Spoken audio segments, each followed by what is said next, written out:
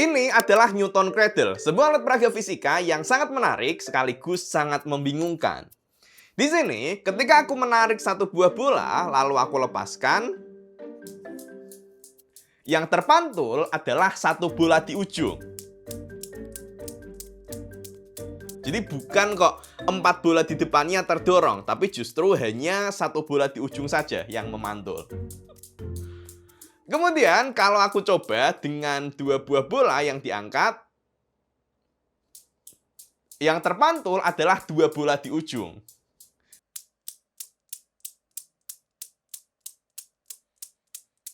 Kalau 3 bola, nah ini yang makin menarik. Coba kalian pikirkan dulu teman-teman apa yang akan terjadi. Nah ternyata yang terpantul justru adalah 3 bola di depan dengan 2 bola tertinggal di belakang. Bukan kok 2 bola di ujungnya ini terdorong. Begitu juga yang menarik adalah ketika 4 bola, di sini aku tarik, yang terpantul adalah 4 bola di depannya dengan meninggalkan 1 bola di belakang. Kemudian kalau 5 bola, ya, dia mengayun aja, nggak ada yang ditumbuk ya, teman-teman. Tapi kenapa? Kenapa? Kita balik lagi. Kenapa sifat aneh pada Newton Cradle ini bisa muncul? Bagaimana dia bisa muncul? Karena ketika satu bola dilepas, yang terpental justru hanya bola di depannya aja. Begitu juga beberapa sifat menarik yang kita peragakan tadi. Kita akan membahasnya di video ini. Oke, kita bahas dari alatnya dulu. Jadi nama alat ini adalah Newton Cradle. Tapi meskipun di sini namanya ada kata Newtonnya, ini tidak dibuat oleh Sir Isaac Newton, teman-teman. Alat ini versi komersial mainannya dibuat oleh Simon Preble pada tahun 1967, meskipun konsepnya sudah ada sebelum-sebelumnya. Alat ini dinamai Newton Cradle karena alat ini mendemonstrasikan hukum gerak fisika yang Sir Isaac Newton adalah pelopornya.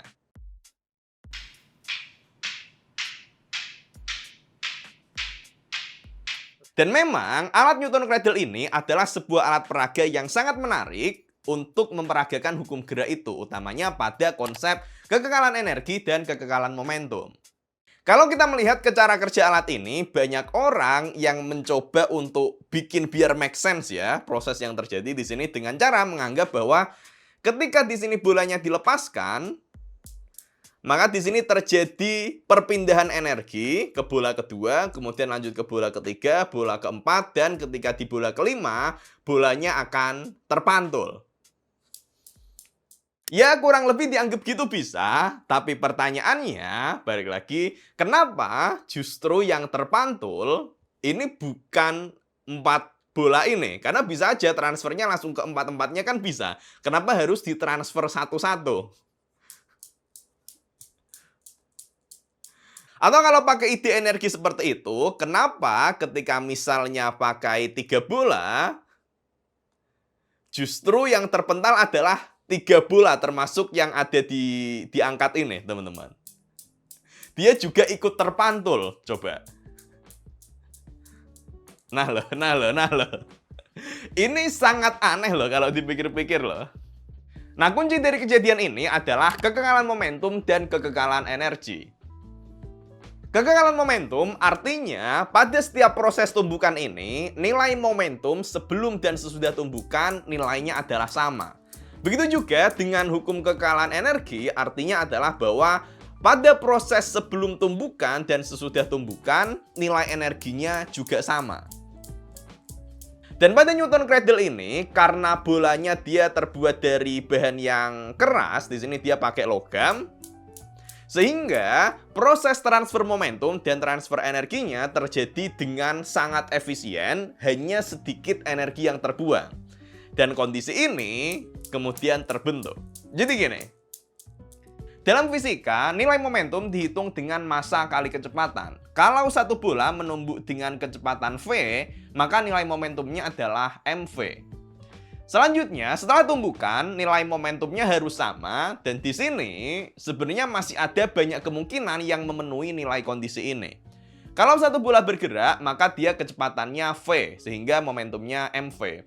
Kalau 2 bola bergerak, biar momentumnya sama, artinya kecepatannya harus berkurang setengahnya. Jadinya kalau di total sama mv. Kalau 3 bola bergerak, biar momentumnya sama, kecepatannya jadi sepertiga. Kalau 4 bola, kecepatannya seperempatnya. Atau bahkan kalau 5, itu juga mungkin dengan catatan di sini kecepatannya hanya tinggal seperlimanya saja. Jadi secara analisis momentum, semua kondisi ini masih dimungkinkan. Tapi kita lihat, ternyata yang terjadi adalah cuman satu bola yang memantul ke depan. Kenapa? Nah, selanjutnya kita melihat dari analisis energinya. Energi dari satu bola yang akan menumbuk ini bisa dihitung dengan formula energi kinetik setengah mv kuadrat. Jadi ini adalah nilai energinya. Dan kalau tumbukannya terjadi dengan sangat efisien, artinya energi dari sistemnya setelah tumbukan adalah sama, yaitu setengah mv kuadrat. Tapi sekarang kita coba cek beberapa kondisi tadi. Kalau dihitung, ternyata yang nilai energinya sama setengah mv kuadrat hanya dipenuhi oleh kondisi ketika satu bola terpental. Sementara pada gerakan 2 bola dan seterusnya, nilai energinya ada di bawah energi awal. Artinya banyak energi yang terbuang. Jadi kalau tumbukannya ini terjadi dengan sangat efisien, artinya tidak banyak energi yang terbuang. Kondisi yang terjadi setelah tumbukan adalah sama seperti kondisi awalnya. Kalau kita tarik satu bola, dia mantul satu bola. Kalau kita tarik 2 bola, dia 2 bola. Kalau 3 bola juga 3 bola. 4 bola juga adalah 4 bola, dan seterusnya. Kemudian kalau aku tarik kedua sisi bolanya, yang memantul juga adalah dua-duanya saling memantul, teman-teman. Karena kondisi setelah tumbukan sama seperti kondisi sebelum tumbukan. Kalau 2, yang memantul juga 2. Yang menarik adalah kalau satu sisi aku tarik 2, satu sisinya 1. Nah, di sini dia bertukar-tukar. 2, 1, 2, 1. Dan seterusnya. Sementara itu, kalau tumbukannya ini terjadi dengan tidak efisien atau tidak lenting istilahnya, baru disinilah nanti bolanya yang lain juga akan ikut bergerak. Dan kalau kalian perhatikan dengan seksama, karena sistem ini pun tidak 100% efisien, ketika di sini aku lepaskan satu bola, bola yang lain pun juga ada sedikit gerakan, teman-teman. Tapi dalam kondisi yang ideal, hanya bola di ujung saja yang memantul. Sementara kalau dalam kondisi tumbukannya ini tidak lenting, maka bola yang lain nanti akan ikut bergerak. Kita peragakan di sini. Oke, di sini aku akan coba kasih sebuah peredam. Aku pakai double tape di sini. Aku taruh di sini. Oke, dengan tape ini, maka proses tumbukannya tidak lagi terjadi secara efisien, tidak lenting di sini. Dan kalau kita perhatikan, kalau aku lepas, coba pikir dulu apa yang akan terjadi, teman-teman. Nah, yang terjadi setelah proses tumbukan pertama, di sini keempat bola di depannya langsung bergerak. Yang artinya dari analisis perhitungan tadi kita tahu bahwa kalau keempat-empatnya ini bergerak, di sini ada lebih banyak energi yang terbuang. Karena proses tumbukannya dia terhambat oleh busa ini.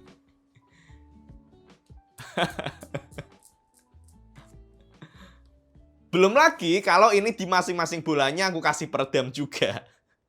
Nah, kira-kira seperti itu ya teman-teman untuk pembahasan detail dari Newton Cradle ini. Gimana? Apakah udah paham atau malah makin pusing?